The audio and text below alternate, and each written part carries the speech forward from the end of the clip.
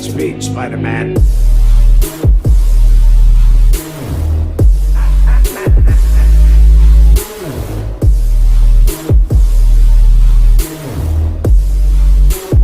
and I, we're gonna have a hell of a time. Back to formula. You know how much I sacrificed?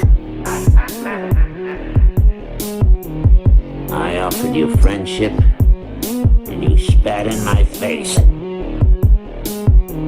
Again and again and again until we're both dead. Your son, Laura. Where have you sent him?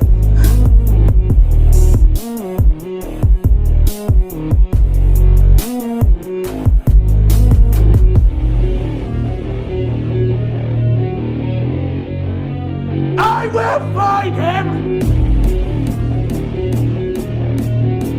I will harvest the codex from your son's corpse, and I will rebuild Krypton atop his bones. Either you die, or I do.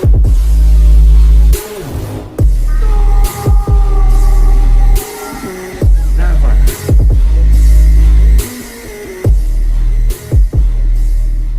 Welcome back, guys. Got another video for you today. It's been a while, been about a month.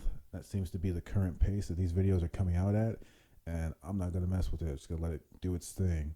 So we had a little bit of a longer intro today, but that's because we've got two films we're going to be talking about today. Two characters, I should say, actually. I'm not going to be reviewing two actual films. I'm going to be comparing two characters, two actors from two different films and saying who basically played the role better, because I think the roles are very similar. So the first character we're going to talk about is from a movie called Spider-Man. I mean, everyone knows what Spider-Man is. Spider-Man 1, though, the original Spider-Man trilogy, not the new Spider-Man trilogy with, what's the guy's name? Tom Holland? Yeah. You can tell I have not watched the newer Spider-Mans. I've got no interest in those movies. Ever since Disney took over Marvel, that was it, man. I stopped watching those movies. So Andrew Garfield's the last Spider-Man that I actually watched live.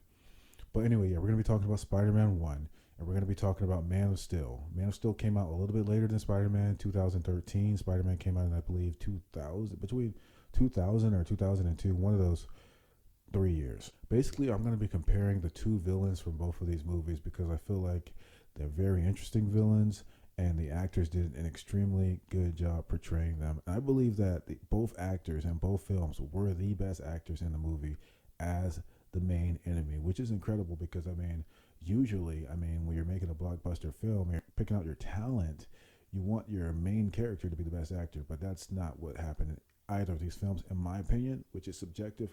You could say Henry Cavill was a better actor than Michael Shannon in Man of Steel if you want. I don't think so, but yeah, let's just get into it. So we're going to start off with Spider-Man. That's the first film we're going to talk about. We're going to talk about Willem Dafoe, who is playing the Green Goblin. All right, so basically, Willem Dafoe starts off the movie. We're shown that he is a researcher, a scientist. He works at a company called Oscorp. His last name in the movie is Osborn. So we can infer from this that basically he started this company. Oscorp, Osborn. He probably built this company. Eventually in the film, he does express that he did practically build a company, and everything that came from it basically came from him and his success and his genius and his intellect. So basically, all of his hard work created Oscorp. So we see that Oscorp is not in good shape at the beginning of the movie. So, their good times, their heyday is behind them. Military contract is pulling out. Basically, they want to pull out. He's meeting with military generals, showing off a project that he's working on called the glider, and some sort of super soldier type serum that goes with the glider. So you take the serum, you become stronger, and then you get the glider, which is the weapon tech that he's making, and you use that, combine those two things, and you go around killing shit, General Slocum, good to see you again. Mr. Balkan, Mr. Fargus, Norman, Mr. Osborn. always a pleasure to have our board of directors pay us a little visit. I want to see the progress report on human performance enhancers. We tried vapor inhalation with rodent subjects. They showed an 800% increase in strength. 800%, that's excellent. Any side effects? In one trial, yes. It was an aberration. All the tests since then have been successful. And in the trial that went wrong, what happened? What were the side effects? Violence, aggression, and insanity. And what do you recommend? That was only one test. With the exception of Dr. Strom, our entire staff certifies the product ready for human testing. Dr. Strom? We need to take the whole line back to formula. Back to formula? Dr. Osborne, I'm going to be frank with you. I never supported your program. We have my predecessor to thank for that. Norman, the General gave the go-ahead to Quest Aerospace to build a prototype of their exoskeleton design. They test in 2 weeks. And if your so-called performance enhancers have not had a successful human trial by that date, I'm going to pull your funding. I'm going to give it to them. Gentlemen? So basically super serum stuff. And so that's what he's working on. It's not ready. He's been doing clinical trials on animals, and all the animals seem to go insane when he does the trial on them. So this is not perfect. This is not perfected for human consumption yet. And so this is just another line of we're guessing based on what the movie is telling us from the beginning that this is just another failure in a long line of failures that they've been having lately at Oscorp. So the General, nonetheless, is not impressed with Oscorp at this point, especially after this showing. And so he basically tells Norman, which is the guy's first name, Norman Osborn, that we're shutting the company down, or we're pulling our military funding out of this. They can't shut the company down, so I misspoke there. But they're pulling their military funding out right now, which the company is basically surviving off of. And so he's doing everything he can in his power to keep this company alive. So Willem Dafoe, playing a scientist, built a company from scratch. Right now, the company is under a lot of pressure, a lot of stress, and he's trying to save the company. So he decides, well, instead of waiting for anybody else to take these clinical trials, I'm just going to take this serum myself after a couple more adjustments. And if it works, then okay, we're all good. The company is saved.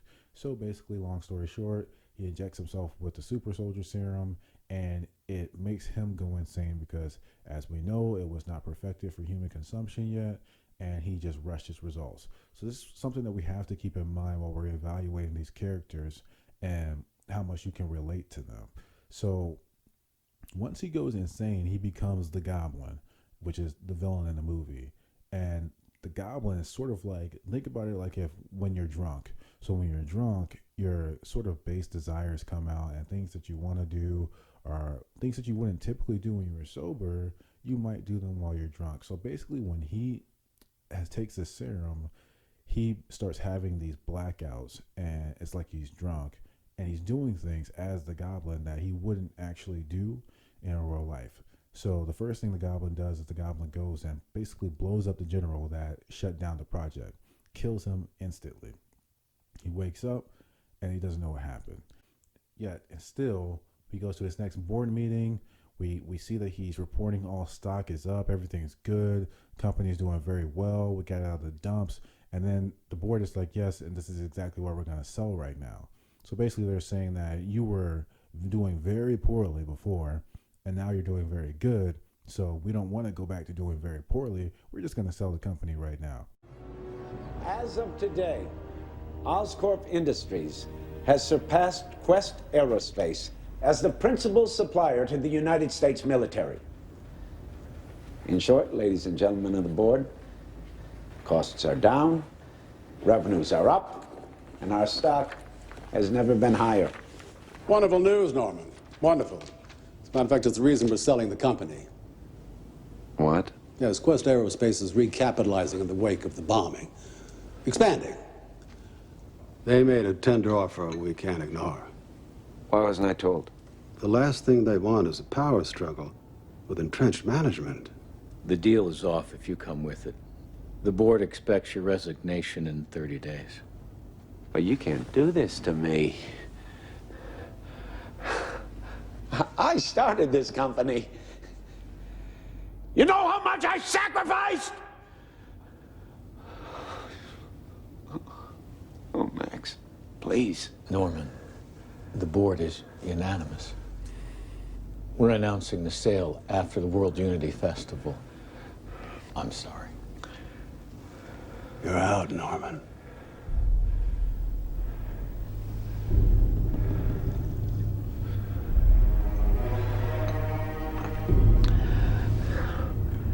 Am I?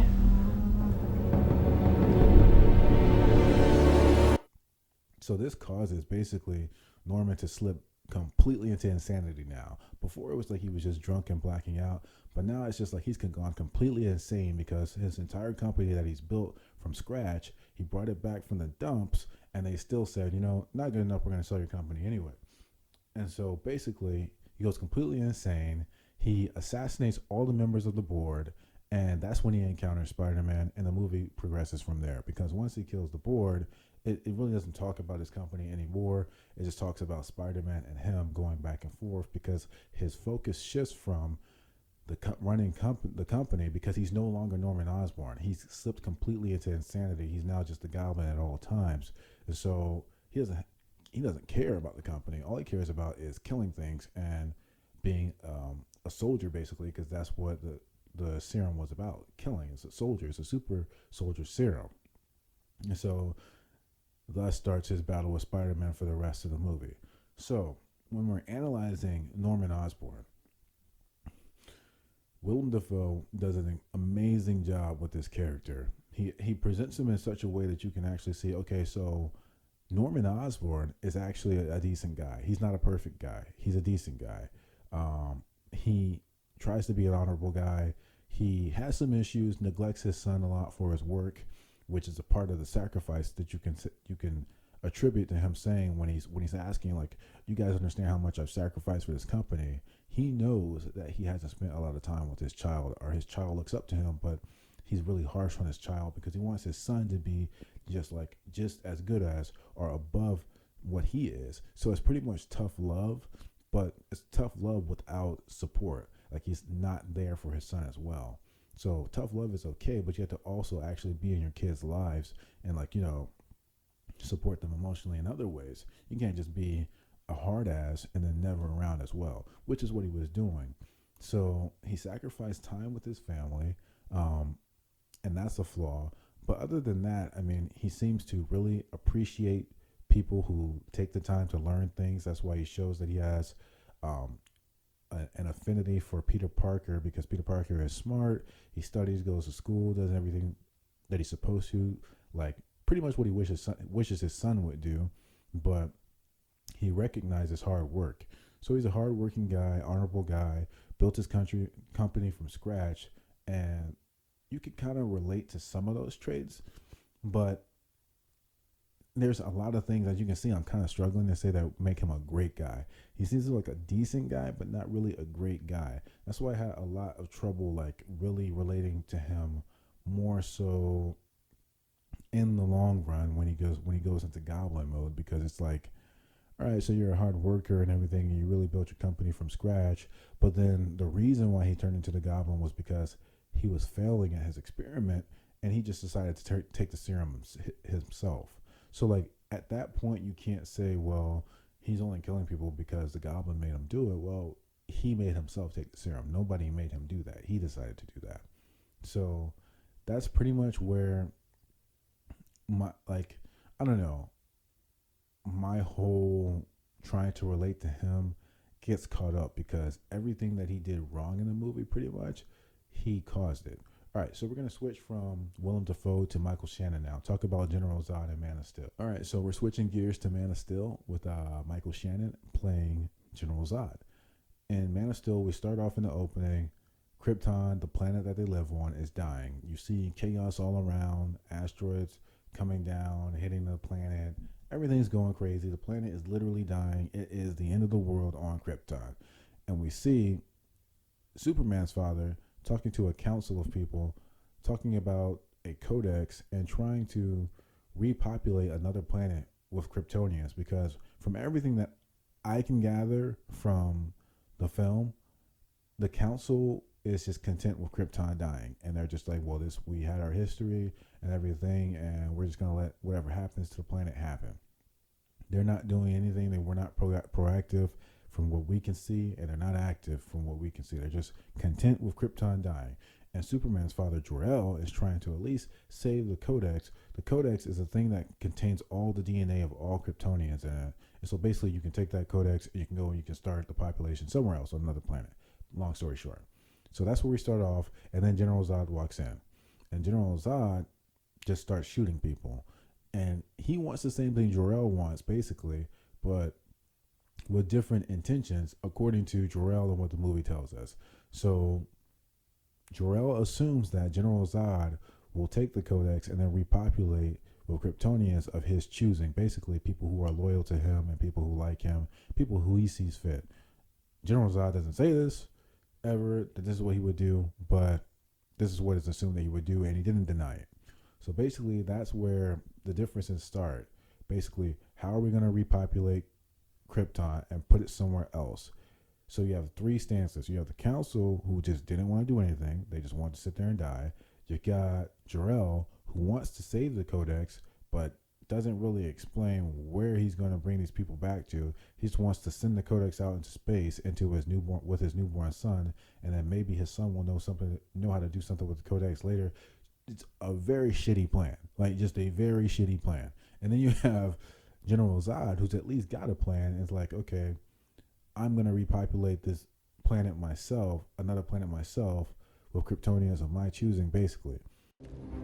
This council has been disbanded. On whose authority? Mine.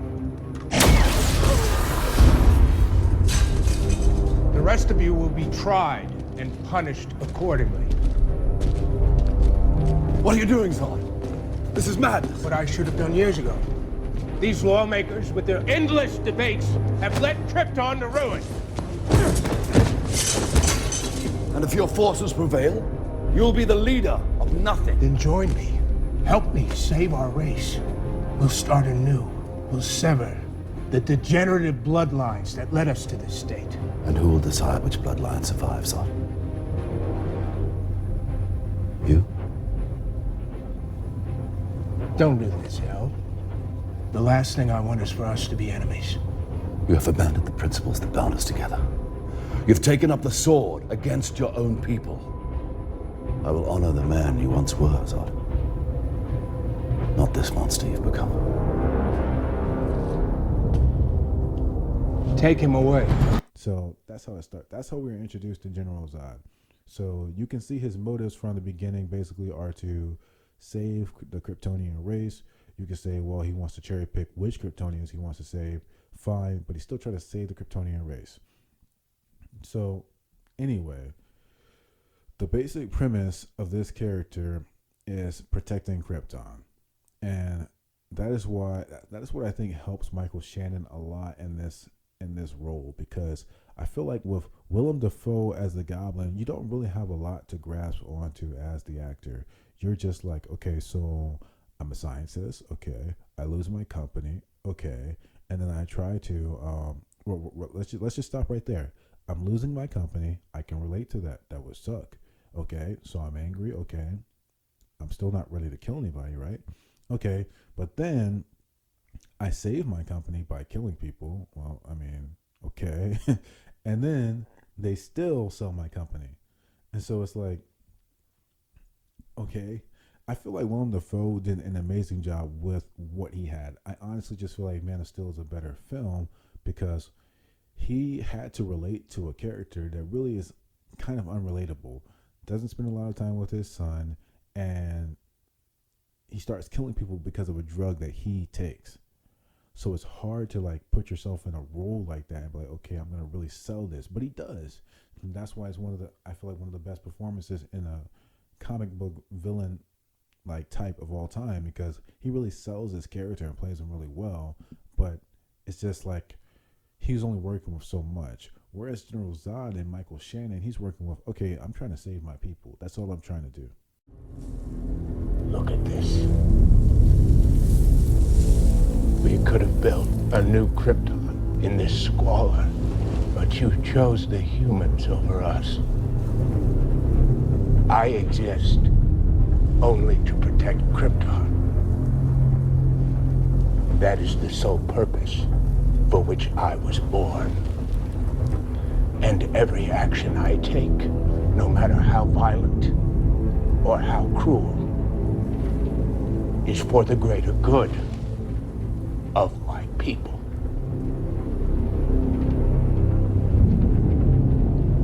And now, I have no people. My soul. That is what you have taken from me. So he mentions this multiple times, and you can feel it when Michael Shannon is portraying this character that he really just cares about his people on his planet, man. This man is really trying to save his planet. Like, this is not save his planet. His planet's already gone, but like save his people and like bring his people back. There was no like, I'm just gonna kill everybody indiscriminately because I want to kill people, which is basically what the Goblin eventually gets to. Here's the real truth.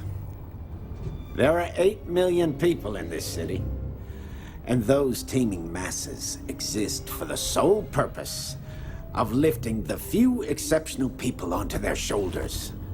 You, me, we're exceptional. I could squash you like a bug right now, but I'm offering you a choice. Join me. Imagine what we could accomplish together. What we could create. Or we could destroy. Cause the deaths of countless innocents in selfish battle again and again and again until we're both dead. Is that what you want? Think about it, hero! So the similarities with these characters are they both have basically they both have a turning point where they no longer have anything. Or I'll put it like this, where they both start acting like they no longer have anything left to lose. And the difference is with the Goblin is when he decides he no longer has anything else to lose, it's because he's gone completely insane, and he forgets things like this dude has a son. Like, he still had a son, he was still pretty much rich, and he still got friends. And so it's like he just decided because he lost his company that he no longer had anything, and so he essentially said that he's trying to take over the world now. I mean, it's very juvenile, and so you can't really relate to that stance because it makes no sense. You still have a son, you still have friends, you still have Peter Parker, like you still live in a mansion, but now you're just going to start killing people because your company's tanked. But then again, you can attribute that to him being insane, but then again, that's not an excuse because he's insane because he decided to take the serum. Whereas with Zod, eventually there's a turning point in the film where Superman destroys the Codex. Basically, he doesn't destroy the Codex. General Zod brings a machine to Earth called, basically, I think it's called a world builder or something like that. I forget what it's called. But basically this machine changes the makeup, the geographical makeup of a planet to where it's suitable for whoever you want it to be suitable for, basically. So Kryptonians, because obviously that's what he's trying to get. And is it called a world engine? I really want to remember it because I know it. But anyway, Zod starts this machine on Earth, and basically it's just tearing up the ground. It's just reforming the Earth and everything and all the soil and turning into Kryptonian soil and things like that. And Superman destroys it. This is General Zod's turning point, where General Zod has nothing else to live for, because what they were doing in Krypton is selectively breeding people, like basically eugenics. So nobody was having natural births. They were breeding people for certain tasks. General Zod was literally bred to protect Kryptonians. And so this man, by no doing of his own, was bred to only think about Krypton surviving. So whereas Willem Dafoe's character, Norman Osborn, chose to take the serum basically out of panic because his company was dying, and then he went insane and started killing people, General Zod, before he even existed, was planned to protect Krypton at all cost. And so everything that he's doing now is trying to protect Krypton by any means necessary. This is why I say this character is more relatable and kind of gives Michael Shannon a leg up in portraying the role, because it's easier to portray a role where you can relate to the character. And this man had no choice but to be born feeling this way about his people. And so all he's trying to do is bring his people back. So you can relate to that. And so when Superman destroys the world engine, world builder, whatever it's called, then that was the last machine that Zod had that capability. And so now Krypton can never be reborn as a planet. Maybe they could make the race of people again, but the planet can never be reborn again. So at this point, Zod says he has nothing else to lose, and he's a soldier. This is what soldiers do. You point soldiers in a direction and they go. So the direction that Zod was going in initially was protect my people, rebuild our planet. When you take that from him, he pointed himself in the direction of, I'm going to kill Superman. Another thing that makes this character relatable is that at no point does he really address any of the humans on Earth. So it's not like he's just like, you know what, I hate humans, I'm going to kill humans. Humans would have died in the reforming of the Earth, turning it into Krypton, but it wasn't like I'm here specifically to kill humans. Now, you might say this doesn't matter anyway, because I mean, if they didn't look like humans, you wouldn't really care. If they just look like regular aliens, you would say he's still doing the typical alien thing, like taking over the planet and killing all the humans to do it. So I guess it helps that they look like humans, because you can relate even more to what he's doing, instead of just thinking that he's an alien invader, which is basically what they actually are. And so, like I said, he doesn't reference humans really at all, except for when he addresses them initially looking for Superman. And so I just believe this character was much more relatable, in my opinion, and that made Michael Shannon be able to play the character much closer to exactly what it was, and just make it a better performance.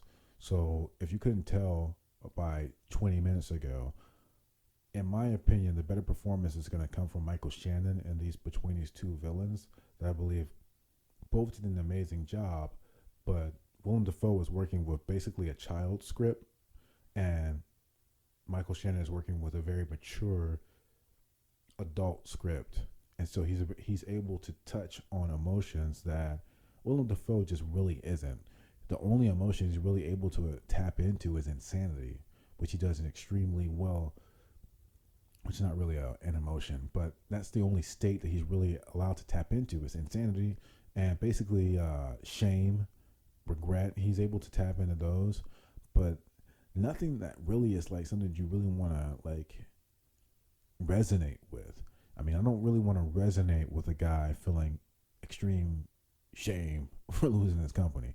I don't want to really resonate with a guy going insane. I mean, like, it's just like, you don't want to feel those emotions, really. But when a guy like Zod comes along and he's like, man, I'm doing this for my people, hey, I can relate with that. I'm a soldier, I'm just following orders, I can relate with that. You've angered me because you're supposed to be one of us, and you've chosen Earth over us, and you've made it so that our planet can never live again. I can relate with that. And so I just feel like this gives Michael Shannon a leg up in the whole department, man, and just makes it easier for him to portray that character in a relatable way, which I think he did. I feel like this was an outstanding performance by him, an outstanding movie, an outstanding script all together. I still do really appreciate Willem Dafoe's performance. I feel like there are a lot of similarities between the characters. I feel like both the Goblin and Norman Osborn had a close relationship with the hero, respected the hero, and actually cared about the hero. And I feel like General Zod, in a way, actually cared about Superman and had a relationship with Superman's father, and there was a connection. And so I feel like there's similarities there. And they both had things that were outside of their control happen to them, and then they reacted in a certain way. Both highly intelligent characters, and yeah, so like I said, I like both of these movies a lot, and I feel like both of these actors did an amazing job. That's all I wanted to make this video, basically showcasing both of these performances. But I gotta say that the thing that hindered me from saying that Willem Dafoe had the better performance was not himself, it was just the material he was working with. I feel like it was a very juvenile script, even though I love that movie. I mean, I saw it when I was a kid, so there's some nostalgia in there as well. But it's just not a very, his character is just not very fleshed out enough for me to say he had a better performance, because he just didn't have a lot to work with. Anyway, I've taken up enough of your time already, so I'll see you in the next one.